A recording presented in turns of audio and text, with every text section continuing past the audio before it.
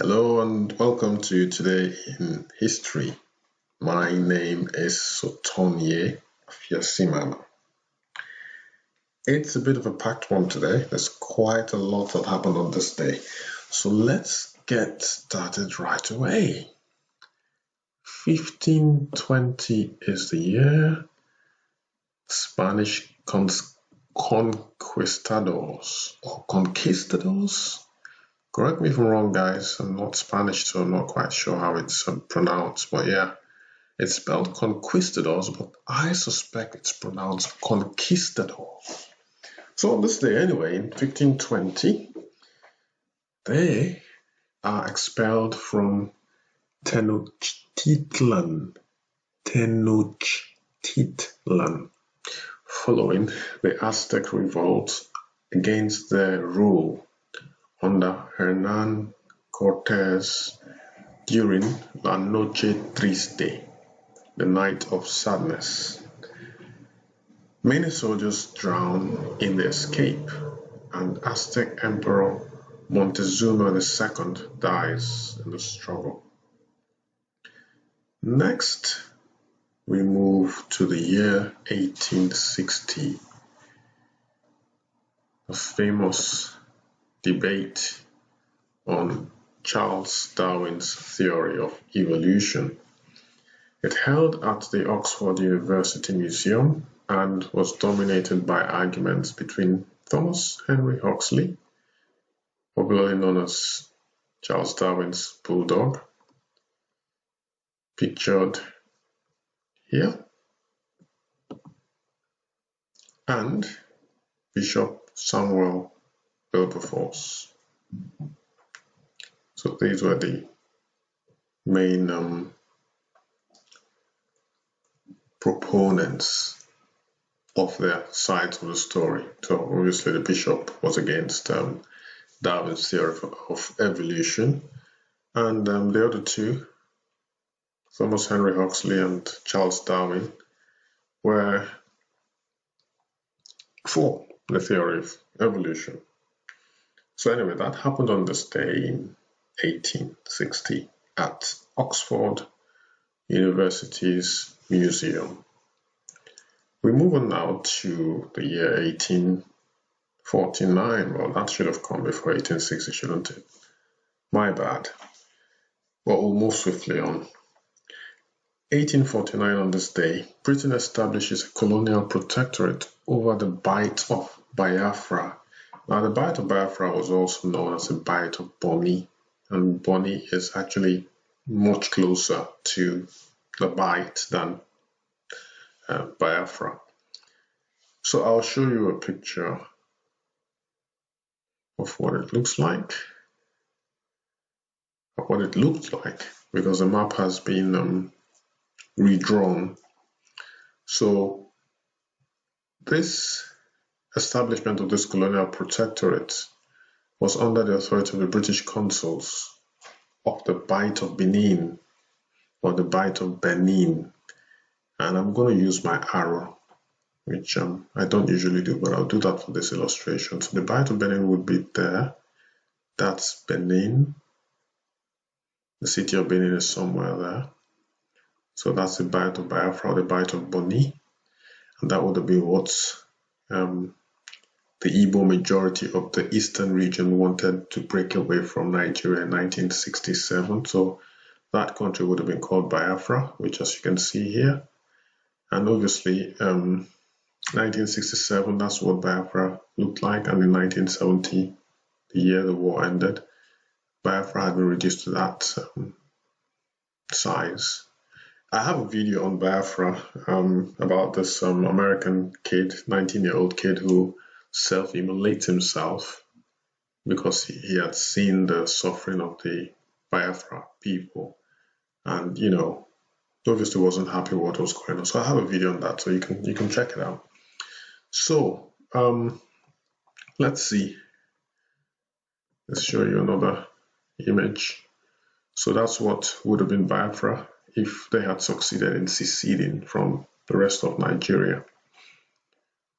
Okay, let's move on to the next one. Korea in 1894. I know we don't talk about Korea anymore, we talk about North Korea or South Korea, but at once upon a time they were one country, or that region was one country. It became North and South Korea in 1945. So on this day in 1894,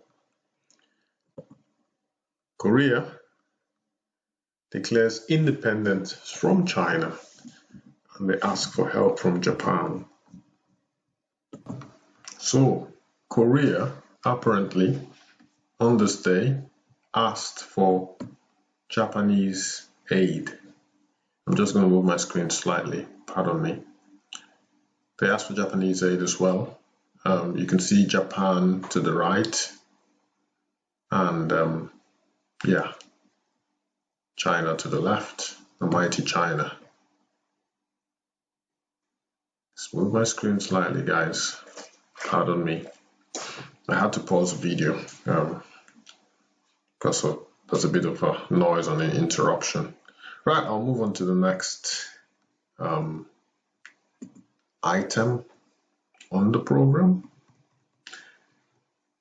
On this day in 1894, let's see what happened.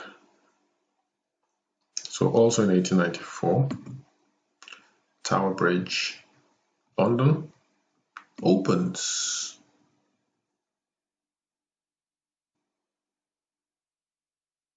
Just trying to centralize the image. So yeah, that's the picture to commemorate the opening of Tower Bridge on this day. Next is the year 1896, so exactly 2 years later. W S Hadaway patents the electric stove. Now what I found quite interesting about this guy is that he was an artist. He worked in metal as well. He was a painter, you know, so it's interesting. It's interesting that someone from that background would invent this. Not far-fetched, obviously. An artist who works in metal, put those together, and yeah, you get an electric heater. Anyway, so this happened on this day in the year 1896. 1906, John Hope becomes the first black president of Morehouse College. I know he doesn't look very black here, but apparently his dad was Scottish and his mom was African American. Yeah, probably his mom was mixed as well, so she was colored. The reason why he looks more white and black, but yeah, apparently in America, if you have a drop of black in you, or in the Western world generally, you are considered black. It's not the same in South America. I found out recently. If you have a drop of white in you, you're considered white. It's quite interesting, you know, when you have those local variances in perception or the way the world is seen, you know. Yeah, so this is John Hope, who became the first black president of Morehouse College on this day. 1908, Tunguska Fireball happened, and I shall show you pictures. So that's a fireball racing towards Earth, and that's the fireball, after effect, and after effect. Quite interesting, isn't it? So up till this day, I hear that nothing has grown in that. So these are the trees that were blasted off uprooted, for lack of a better term. And that's the crater that it created. So that happened on this day in 1908. So I'm going to read what it says. A giant fireball, most likely caused by the air burst of a large meteoroid or comet, flattens 80 million trees near the stony Tunguska River in Yeniseisk, Governorate, Russia, in the largest impact event in recorded history. So that happened on this day, June 30th, 1908. 1914, on this day, Mahatma Gandhi. This is his first arrest after campaigning for Indian rights in South Africa. So 1914, on this day, that happened. Night of Long Knives, 1934. Adolf Hitler stages a bloody purge of the Nazi Party. So obviously there were people who were not quite loyal, and he decided to get rid of them, as you can see from these images. We move on to the year 1937. The world's first emergency call telephone service is launched in London using the number 999. Now, interestingly, this is how it breaks down statistically. 51% of the calls are made to the police, 42% for the ambulance, 1% for the Coast Guard, and the remaining 6%, I think I have forgotten what the remaining 6% is for. Anyway, that's your assignment. So go find out what the 6%, remaining 6% of calls, of 999 calls are for. I have genuinely forgot. But yeah, so that's a bit of homework for you guys. Anyway, let's move on to the next one. 1960, Zaire, formerly known as the Belgian Congo. Pictured here.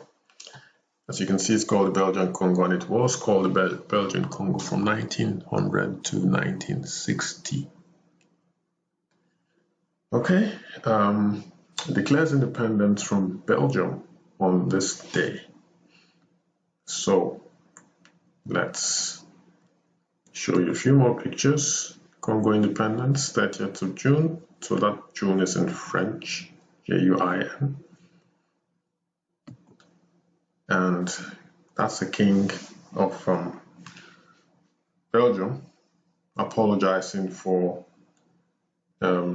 basically man's inhumanity to man. You know, the people of Belgium, or those who colonized the Belgian Congo, that's now called Zaire, and there were a lot of evil things, a lot of atrocities that took place between the colonizer and the colonized, you know, which we won't go into details here, but yeah, that's the king apologizing. And then this statue was brought down, which is a statue of what's his name now, King, I'm going to find his name and I'll be back in a few seconds. So his name is King Leopold. So statue brought down because obviously he must have left a bitter taste in the mouths of the Congolese people, or the people of Zaire today. Right, we move on to the next one. But before we do that, I'm just going to go back and I want to show you something. So I want you to look out for Rwanda and Burundi. So you see that tiny country there? The Rwanda, Burundi, over there. Watch out for Rwanda, Burundi next, because I'm going to talk about them in just a split second. So in 1962, Rwanda and Burundi became independent. So that's what Rwanda and Burundi look like today. And if you look very carefully, you can see Zaire there, which is the Belgian Congo. That's Zaire over there as well. One of the largest countries in Africa. So yeah, I guess that's why it looks like they're sort of enveloping Rwanda, Burundi. Let me go back to the other picture so you can just see the comparison in size between Rwanda, Burundi and the Belgian Congo, or Zaire. So there we go. We'll move on to the original picture. I'm going to talk a bit about Rwanda. I don't know much about Burundi, but I hear Rwanda, there was a genocide there some years ago, about 2 decades ago, where the 2 major ethnic groups, were at loggerheads and up to 1 million people were killed. Now, today Rwanda has transformed itself, I hear. There are pictures everywhere on the internet of how the economy has been transformed by the current president. And, it just shows you how things can change in such a short period of time when people, when governments, when leaders have foresight. Leaders are firm, they're unshakable, they're not corrupt. I'm not saying that the president is perfect, but he is certainly the top 5, if not the top 3 in Africa. He has transformed his country, and kudos to him. Kudos to him. It's the cleanest country in Africa, repeatedly, allegedly. There's very little corruption. They're headed in the right direction, and I hope that other democracies and countries that are not democratic in Africa would emulate their good example. So I think Rwanda has done very, very well. Let's move on to the next slide, which is, it occurred 5 years after this, in 1967. Robert Henry Lawrence Jr. is named the first black astronaut. So on this day, June 30th, 1967. So that's what he looks like over there. 1975, Muhammad Ali retains his heavyweight boxing crown by beating Englishman Joe Bogner by unanimous points decision in a rematch in Kuala Lumpur, Malaysia. You can see the inimitable Muhammad Ali, or Cassius Clay, I think as he was known then, talking his opponent out of the fight. He was a bit of a character. He could win the fight by just talking and putting the fear of God in you before the fight starts. So Muhammad Ali, for you, called himself the greatest, certainly one of the greatest sportsmen who's ever lived. That was a boxer who had charisma. He knew how to play the game on the ring and outside the ring. Let's move on to the next item. 1984, the sixpence was minted in Great Britain for the last time. It had been in use since 1551. So the last sixpence was minted in Britain. Unfortunately, the picture I found was too big for my screen, so I decided to get rid of the pictures. But you can Google it up. But the 1984 sixpence, I couldn't find anywhere, interestingly. There might be some reasons, some good reasons for that. Perhaps someone's going to pinch the picture and reproduce a sixpence and try to sell it. I don't know. Since it was the last one, presumably it's going to be very valuable. Perhaps that's why we don't have pictures. I may be wrong. I'm not an expert in numismatics. Okay. 1991, South Africa's government repeals the 1913 Native Land Act, an important part of the system of apartheid. So I did talk about this as well a few videos ago, so you can check it out, about these 2 Indian doctors who led a protest, a silent protest against this Native Land Act. So you can check that out and for more information. 1992, on this day, there was a total solar eclipse in Uruguay. It lasted 5 minutes and 21 seconds. 1992, these guys, Boys to Men. We belong together. End of the road. And you know that I'm right.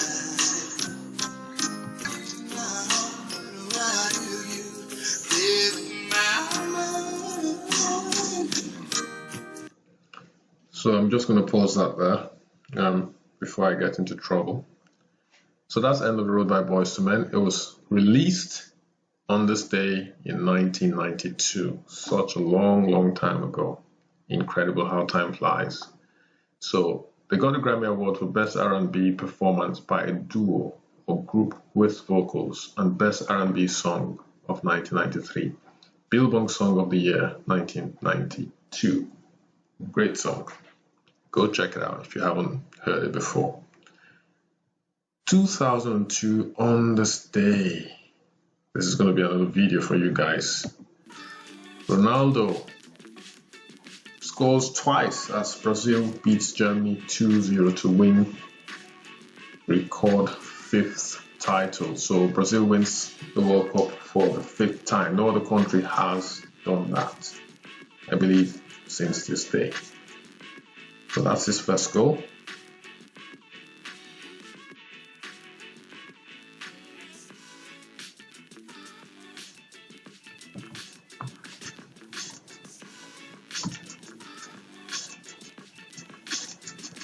I'm going to try and reduce the volume on this one so that, okay, that stopped me out, so no problem. So let's move on to the next item. In 2015, Misty Copeland becomes first African American principal dancer of the American Ballet Theatre. So there she is, doing her thing. Perfect, soft fairy tale characters. And I've been asked before, wouldn't you want to be perfect? Why would I keep doing this? If I were perfect at it, it would be so boring. I guess a lot of people don't. The most famous ballerina in the United States. I didn't know that. We are. And so those components, your mental health, just your confidence, understanding and being able to use your... Courtesy Associated Press. Shouldn't fail to mention that, as you can see on your screen. Components and elements are just as important as the technique. You're really in such a vulnerable state when you're with someone on stage and you're experiencing what you are, and then you also have to be so free. Well, it's available on YouTube, so you can watch the rest of the video. Okay, let's move on to the next item. The IKEA Museum, or IKEA. I think the Swedes and probably the Scandinavians call it IKEA. Down here in the United Kingdom, we say IKEA. So the IKEA Museum opens in former first IKEA store in Älmhult, Sweden. Okay, so on this day in 2016, just 4 years ago, 4 short years ago. 2018 FIFA World Cup. So it's a World Cup again. 16 years after Ronaldo's near hat trick with the young Kylian Mbappé. So at the age of 19, he becomes the only second teenager. Pele was the first. So as a teenager, don't know if that came across correctly. So Pele was the first teenager to score twice in a World Cup as France eliminated Argentina 4-3. So Pele was the first, Kylian Mbappé was the second. He scored twice and Argentina was eliminated by France in the World Cup. Okay, on this day 2018. Last but not least, President Trump becomes the first sitting US president to set foot in the North Korea demilitarized zone, and obviously he eventually got into the country proper. So he met Kim Jong-un on this day exactly 365 days ago. On that note, we end today's Today in History. My sincere apologies for all the hiccups shooting this video, but I deliberately decided not to edit those out because I want you guys to see that I'm you and I make mistakes, and you shouldn't be afraid to make mistakes. Shoot your videos, be as natural as possible. You don't have to be perfect to start. You have to start to be perfect. So guys, I hope you enjoyed this video. Thumbs up if you like it, and do not forget to click the notification bell when you do subscribe. I'm hoping you subscribe as well to my videos. Thank you again, and stay safe, guys, and I shall see you tomorrow. Bye bye.